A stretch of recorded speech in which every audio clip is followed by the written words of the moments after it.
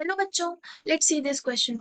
The question says a ball of mass 4 kg moving on a smooth horizontal surface makes an elastic collision with another ball of mass m at rest in the line of motion of first ball. एक ball है जिसका मास दे रखा है 4 kg, वो एक smooth horizontal surface पे move कर रही है और उसने एक दूसरी बॉल जिसका मास m है उससे इलास्टिक कोलिजन किया है। दूसरा मास हमारा रेस्ट पे है और लाइन ऑफ मोशन दोनों ही बॉल का सेम है। If after collision first ball moves in the same direction with 1/4 of its velocity before collision, then mass of second ball is. Collision के बाद हमारी फर्स्ट बॉल जो है वो सेम डायरेक्शन में मूव कर रही है और अपनी पहले वाली वेलोसिटी की 1/4 से। तो हमें बताना है सेकंड बॉल का मास क्या है। इस क्वेश्चन को एक डायग्राम की हेल्प से समझेंगे। ये हमारी बॉल है 4 kg वाली, ये है हमारी बॉल m मास वाली। ये तो रेस्ट पे है तो इसकी वेलोसिटी जो है वो 0 है। इस बॉल की वेलोसिटी मान लेते हैं कुछ v है। आफ्टर कोलिजन क्या होगा?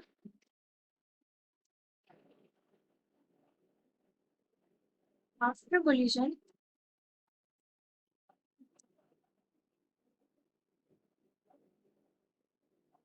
हमारी पहले वाली बॉल 4 kg मास वाली अपनी पहली वेलोसिटी यानी v वाली इनिशियल वेलोसिटी हमने v मानी है तो उसकी 1/4 वेलोसिटी से मूव करेगी, सो v/4 से मूव करेगी अब। और m मास वाली बॉल को मान लेते हैं कुछ u से मूव करेगी अब। तो इस क्वेश्चन का की कॉन्सेप्ट ये है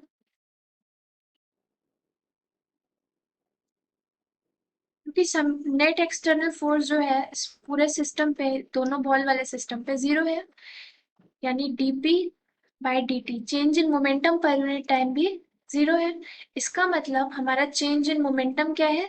0, यानी कि मोमेंटम कंजर्व्ड है।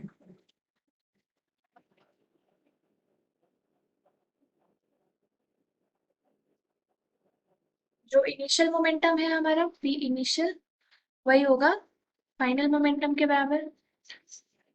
तो इनिशियल मोमेंटम क्या है सिस्टम का? इनिशियली हमारी 4 kg बॉल जो है वो v वेलोसिटी से मूव कर रही है, दूसरी वाली बॉल 0 से क्योंकि रेस्ट पे है। आफ्टर कोलिजन क्या सीन है? 4 kg वाली बॉल जो है वो अपनी इनिशियल के 1/4 से मूव कर रही है और m मास वाली बॉल की हमने मान लिया कुछ u से मूव कर रही है। तो इसको सॉल्व करेंगे तो ये आ जाएगा 4v minus v is equals to mu। So mu आ गया हमारा 3v के बराबर। ये हमारी इक्वेशन नंबर 1 है। और क्योंकि इलास्टिक कोलिजन दे रखा है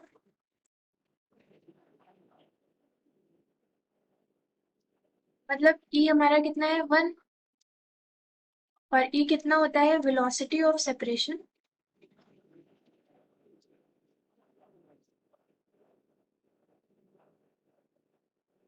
अपॉन वेलोसिटी ऑफ अप्रोच।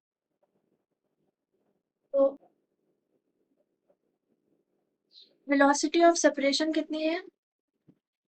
ये u से मूव कर रहा है, ये v/4 से, सो u माइनस v/4। और वेलोसिटी ऑफ अप्रोच कितना है? इनिशियली ये सिर्फ ये 0 पे है, ये v से मूव कर रहा है, सो v के बराबर। तो यहाँ से आ जाएगा v is equal to u minus v/4, so v plus v/4 is equal to u। तो यहाँ से u की वैल्यू आ गई 5v/4। इस u को इक्वेशन 1 में पुट करेंगे तो क्या आ जाएगा m into 5v/4 is equal to 3v। v से v कैंसिल तो m कितना आ गया 12/5। so m is 2.4 kg। so third option is correct. Hope you understood it well. Best of luck.